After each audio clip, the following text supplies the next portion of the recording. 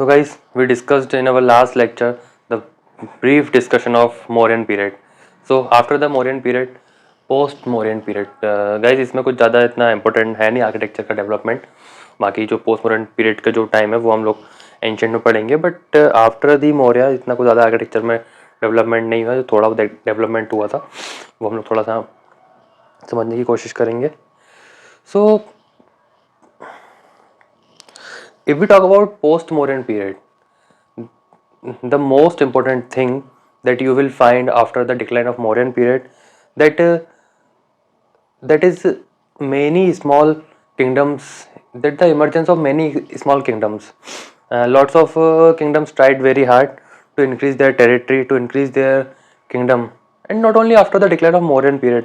You can see after any big dynasty, after the declination of any big dynasty, just like after the declination of Mughals, after the declination of Marathas, every time the small kingdoms were emerged. So वो सब हम बाद में discuss करेंगे. अभी just थोड़ा सा जो टॉपिक, थोड़ा सा जो पार्ट है पोस्ट मॉडर्न पीरियड का आर्किटेक्चर का इन्फ्लुएंस, वो हम यहाँ डिस्कस करते हैं. So the decline of Mauryan period, Mauryan empire, several small dynasties rose. The power among them Shungas, मतलब जस्ट वी डिस्कस कि मौर्यन पीरियड, मौर्यन एम्पायर के डिक्लाइनेशन के बाद स्मॉल डायनेस्टीज का इमर्ज हुआ. तो वो डायनेस्टीज कौन कौन सी थी? That are Shungas, Kanvas, Kushana and Chakas in north India, and Satavahana, Ikshvakus, Abhiras and Vakatas in southern and western India. So architecture is architecture in the form of rock cut caves and stupas continue. तो just post modern period में भी जो architecture का जो type था वो just like a Mauryan period, rock cut caves and stupas, तो वो कंटिन्यू रहा यहाँ पर भी. Continued with each dynasties. सारी डायनेस्टी ने उसे फॉलो किया. मतलब कि आप मान सकते हो कि बुद्धिज्म और जैनिज्म का इन्फ्लुएंस यहाँ भी ज़्यादा रहा as compare to Hinduism. And dynasties introducing some unique feature of their own. बस हाँ, वो इस जो जस्ट की रॉक कट कैप्स और स्तूपास का जो डेवलपमेंट था वो सिमिलर रहा, बट कुछ यूनिक फीचर्स उन लोगों ने अपने तरह से ऐड किया, अपने टाइप से अपने अकॉर्डिंग बनाने की कोशिश की. Similarly, different schools sculpture emerged and the art of sculpture reached its climax in the post-Mauryan period. So, rock cut caves continued as in a Mauryan period. Development of two types of rock cut caves, Chetayas and viharas. तो ये हम लोगों ने Mauryan period में भी देखा, but changes क्या हुए कि वहाँ चेतायास विहारास में कि चेंजेस हुए या सिमिलर रहा, वो हम देखते हैं यहाँ पे. So rectangular prayer hall with a stupa placed in centre. तो चेतायास जो था, पता है कि जो प्लेस ऑफ वर्शिप था, मतलब जो मोंक्स वगैरह थे वो उनके प्रेयर करने का जगह था. तो एक जस्ट मौर्यन पीरियड में जस्ट केप्स को कट करके जस्ट केप्स में वो प्लेस बनाया गया. But after the Mauryan period, in post Mauryan period, it just like a rectangular prayer hall and with a stupas. Stupas के साथ एक प्रेयर हॉल बनाया गया रेक्टेंगुलर शेप में in the centre of stupas. ठीक है. And second was बिहारा.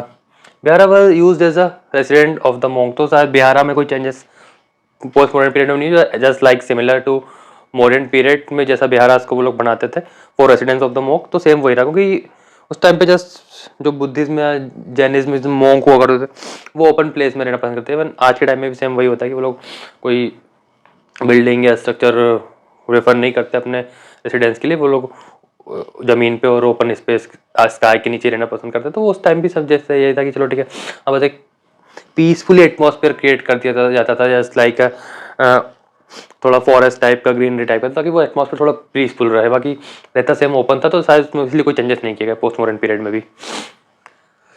So example sorry, Udayagiri and Khandagiri caves in Bhubaneswar, Odisha, patronized by Kharavela king of Kalinga at that time, and also known as a हाथी Gumpha inscription इन Brahmi script. तो दो main caves उस time की famous है, उदयगिरी और खंडागिरी, जो आज भुवनेश्वर, आज उड़ीसा की जो कैपिटल है भुवनेश्वर में है. और वो उनको पैट्रोनाइज किया गया था, जो कलिंग के राजा उस टाइम के थे खारवेला, उनके द्वारा। और जो अभी हाथी गुम्फा के नाम से फेमस है, जो हम लोगों ने डिस्कस किया था। तो अगर आप लोगों को याद हो तो, वरना कोई बात नहीं। और Rani Gumpha caves in it is also situated in Udayagiri. It's a double storey and has some beautiful sculpture. So stupas देखते हैं फिर स्तूपास में क्या चेंजेस हुए after the declination of Mauryan period. तो stupas become larger and more decorative. तो स्तूपास का जो शेप था वो बड़ा, एंड डेकोरेशन यहाँ पे हुआ। अशोका के टाइम में जस्ट नॉर्मल स्तूपास बनते थे, कोई डेकोरेशन वगैरह इतना वहाँ पे था नहीं। हाँ, इंस्क्रिप्शन वगैरह था कि कुछ मैसेजेस वगैरह या कुछ वो होते थे, बट इतना डेकोरेटिव नहीं हुआ करता था।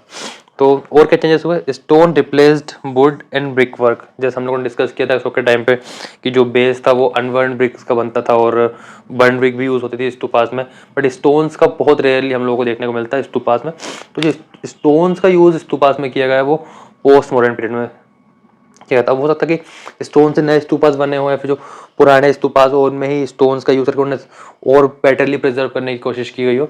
तो जस्ट लाइक उसके बाद तोरण, जस्ट भी डिस्कस, जब हम लोग डायग्राम बना के हम लोगों ने स्तूपास डिस्कस किया तो उस टाइम हम लोगों ने बताया था कि तोरण का जो बनना स्टार्ट होता है पोस्ट मॉडर्न पीरियड में स्टार्ट होता है। जैसे हम लोगों ने स्तूपा बनाया था इस टाइप से। तोरण क्या होता है ये इस टाइप से जो 4 गेट होते थे, गेट के ये, तो ये गेट का बनना और इसके ऊपर जो डेकोरेशन होता था तोरण का, आप जस्ट स्तूपास में देखेगा अगर आप कहीं विजिट किया हो सांची या कहीं पे, तो वहाँ पे स्तूप बना, उसके चारों साइड बाउंड्री और 4 गेट है उसमें आपको एंट्री के लिए, और गेट के ऊपर इस टाइप से कुछ डेकोरेशन बना हुआ है, तो वो उसको तोरण बोलते थे।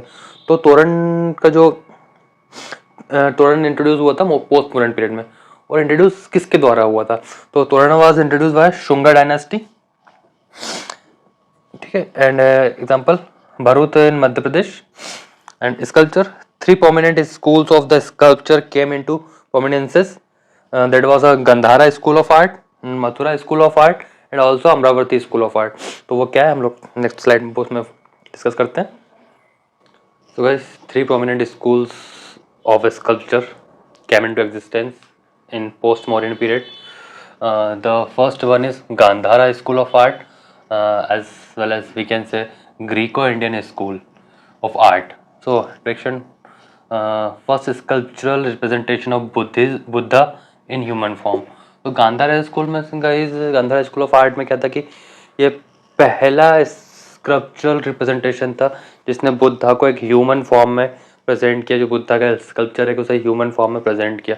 इससे पहले बुद्धा एक इमेजिनेशन में ही थे, मतलब आफ्टर द जस्ट बुद्धा जिस पीरियड में उस टाइम तो लोगों ने लाइव देखा होगा, बट कैमरास तो थे नहीं ना कि फोटो क्लिक करके और वो कर सके। तो बस उस बुद्धा के बाद से जस्ट पोस्ट गांधार स्कूल तक जो था बुद्धा फिर एक इमेजिनेशन में ही रहे। उसके बाद इसने उसे फर्स्ट ह्यूमन मतलब स्कल्पचरल फॉर्म में एक उसकी मूर्ति बनाने की वो कोशिश की, और उन्हें मतलब एक स्कल्पचरल फॉर्म दिया और ह्यूमन फॉर्म में उन्हें रिप्रेजेंट किया। It's origin of Greco tradition, Roman sculptors. तो Greek invaders came to India, तो ये जो कल्चर है उन्हीं के साथ इंडिया आया था, और sculpture which was further merged with regional and local art of time. उसके बाद जो रीजनल लोकल आर्ट के साथ वो मर्ज हुआ और एक न्यू फॉर्म ऑफ आर्ट निकल कर आया। उसके बाद इसका डेवलपमेंट कहाँ हुआ था गाइस? इसका डेवलपमेंट हुआ था वेस्टर्न फ्रंटियर पंजाब, ओके, और patronized by Shakas and Kushana ruler. तो शाका एंड कुशाना रूलर ने इसे पैटर्नाइज किया। एंड मेजर सेंटर्स इसके Takshashila was one of the major center of Gandhara School of Art, and it was one of the major center of the education. Just उस time पे 3 major centre हुआ करते थे education के। Major centres बोल सकते हो या यूनिवर्सिटीज बोल सकते हो। फर्स्ट वन इज तक्षशिला, मतलब उसमें से 2 जो है वो इंडिया में रिप्रेजेंट आज की कंडीशन में इंडिया जो आज का इंडिया है उसमें है, और एक जो है वो पाकिस्तान में है। तो तक्षशिला इन पाकिस्तान, आज का जो पाकिस्तान है उसमें है। And Nalanda Bihar also India. And what was third? Third क्या था? अब वो आप बताइए कब कमेंट सेक्शन में। यूपीएससी की प्रिपरेशन आप लोग कर रहे हैं, एग्जाम आप लोगों को देना है।